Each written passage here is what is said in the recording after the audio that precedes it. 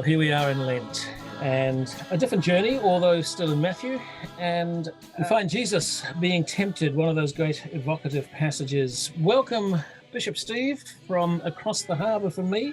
Nicki College, who is the rector of St Mark's Clayfield. I had to check that from across the ditch. David Toombs from the Otago Theological Program, and you've got a bit of background for us on this quite testy passage. Thanks, Michael. Yes, it's a fantastic passage. And just a little bit of background, I'll say a few words about context, structure, and some connections, which I think are interesting. First of all, the passage contrasts with the immediately preceding passage about the baptism and the acclamation of Jesus. And we know this, and it's drawn attention to because it's the spirit from the baptism that now leads Jesus up to the wilderness to test his obedience to God's will. And it's immediately after baptism, so the heavenly voice there, which declared Jesus to be the Son of God, is now going to be echoed in the temptation, as the devil says, if you are the Son of God, in 3 and verse 6. It's worth noting that devil, we might have sort of modern visions of what a devil might look like, but in Greek, it's to be understood as the accuser, or in Hebrew, Satan is to be understood as the accuser. So it's not necessarily the dramatic figure that we have from artistic versions. And then Matthew places the passage showing Jesus' obedience to God near the start of his gospel. It's actually immediately before the start of the Galilean ministry, which follows in the next verse 4:12. So it's very strategically placed, this passage. If we look at structure, it's a very clear structure. It's presented around 3 temptations, first turning stones into bread, then second being challenged to throw himself down from the temple to be saved by angels, and third worshipping the devil in exchange for receiving the kingdoms of the world. And these 3 different temptations take place in 3 different places: the wilderness, the temple, and a mountain. And Jesus responds with 3 different passages, all from Deuteronomy. Deuteronomy 8:3, then Deuteronomy 6:16, then Deuteronomy 6:13. So it's very well crafted around certain structures. And then finally on connections, one of the connections that I think is most interesting is actually to the Lord's Prayer. A lot of the issues coming up in this issue will also hear echoes in the Lord's Prayer. So the temptation, the daily bread, the coming of God's kingdom, these are all things from this passage we'll hear later in the gospel. Thank you, David. Doesn't that underscore what a remarkable writer Matthew is as he tells the Jesus story? So I want to go straight away to you, Steve, and I should just say, in case you're feeling a bit groggy, you've been fighting a migraine, so our sympathies and empathies. How does this challenge you? Well, I guess we're looking at the Son of God, and we are looking at someone who is perfectly human, but also completely God. So we have someone who identifies with us when we're going through questionings of who we are. Now, for me, this passage is saying, aren't you a loser? Aren't you a loser? And we see that so often throughout humanity today. People are concerned about being a loser. And the devil is saying, well, if you're the Son of God, why are you hungry? Aren't you the one that people should be worshipping? And aren't you the one that God should be protecting? And so the challenge is, am I viewing myself as a loser? Or can I sit in a sense of being held and known by God for who I am? So Jesus has just been told, this is my beloved Son. Am I able to hold on to that, to those words as well? A, for Jesus, and then also for me as a child of God. Am I able to accept that? And the second challenge is, well, what am I going to do with these scriptures? One doesn't live by bread alone.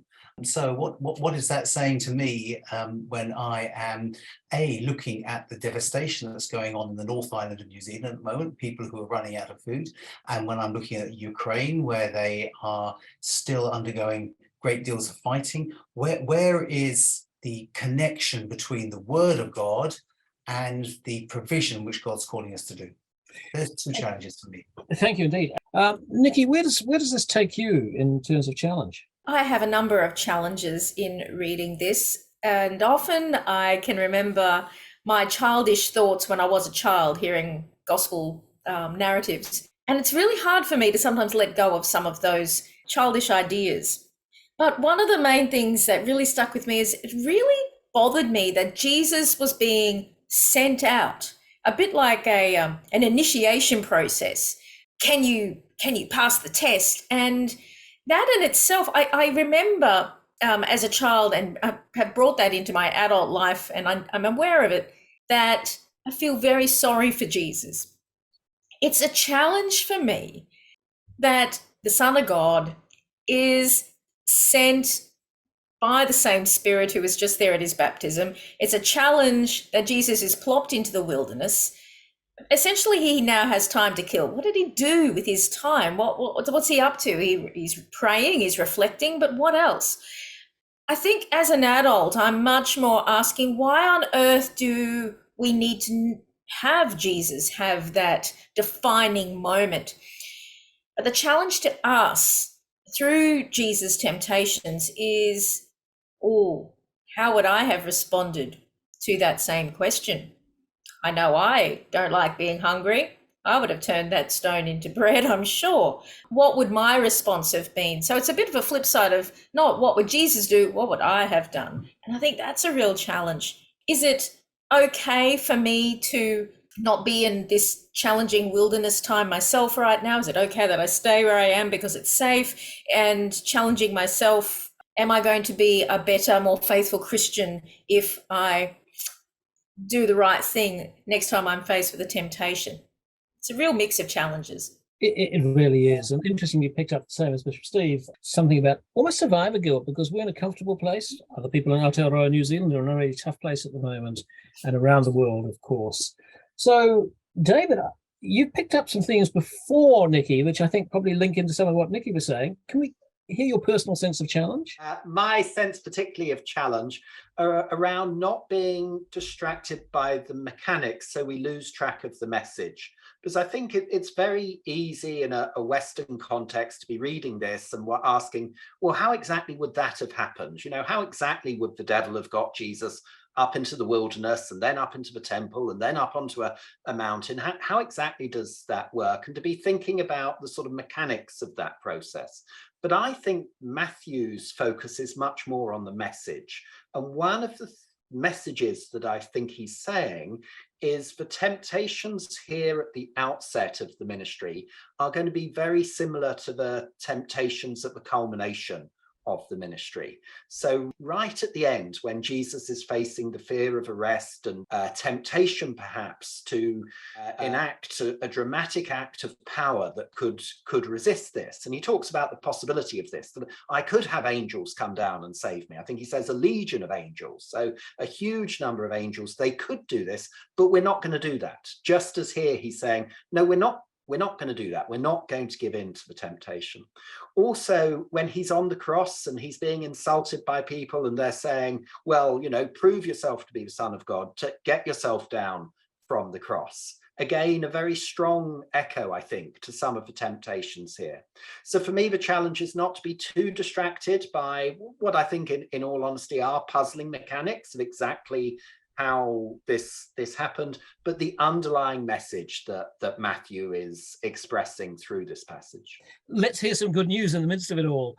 And first of all, let's go to you, Nicki, and just ask where you find good news here.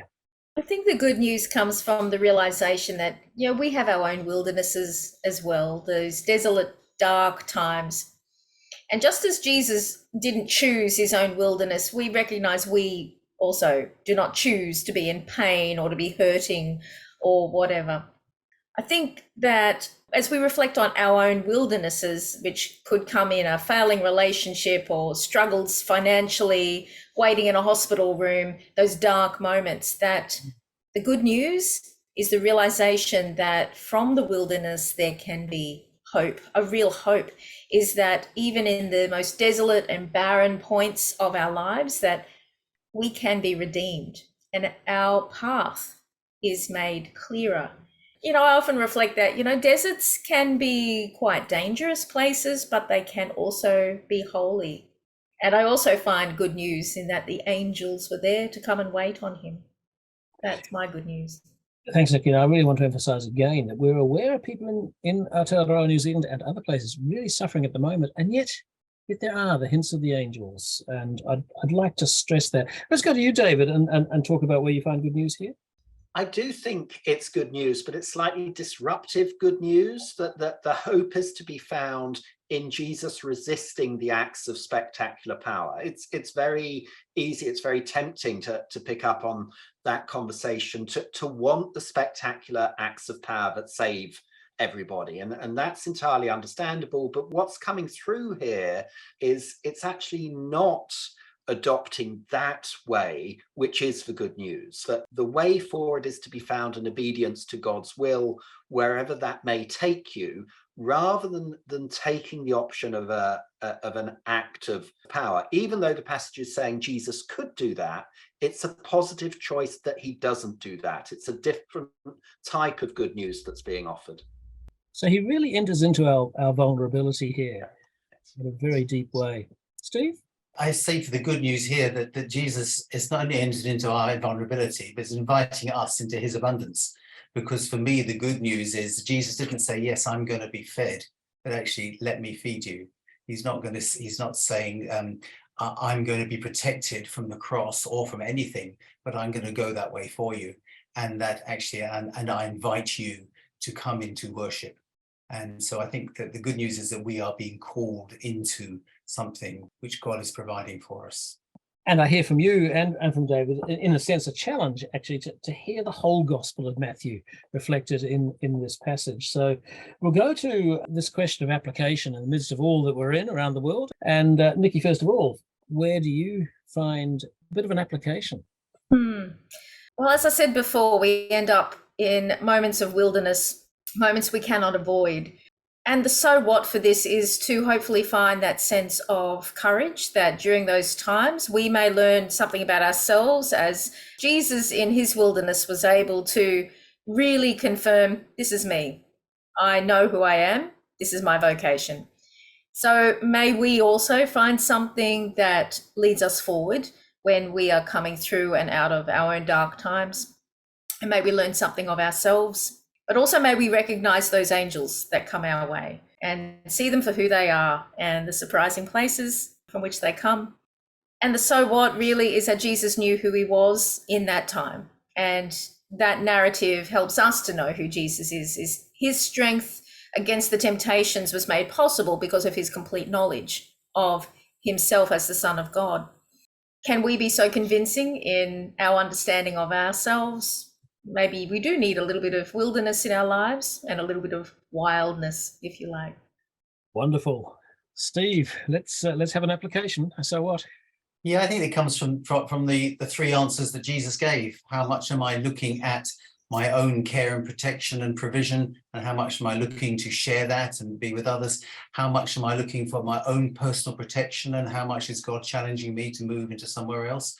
And of course, the big one is worship and serve the Lord only. How difficult is that for me to actually achieve every day?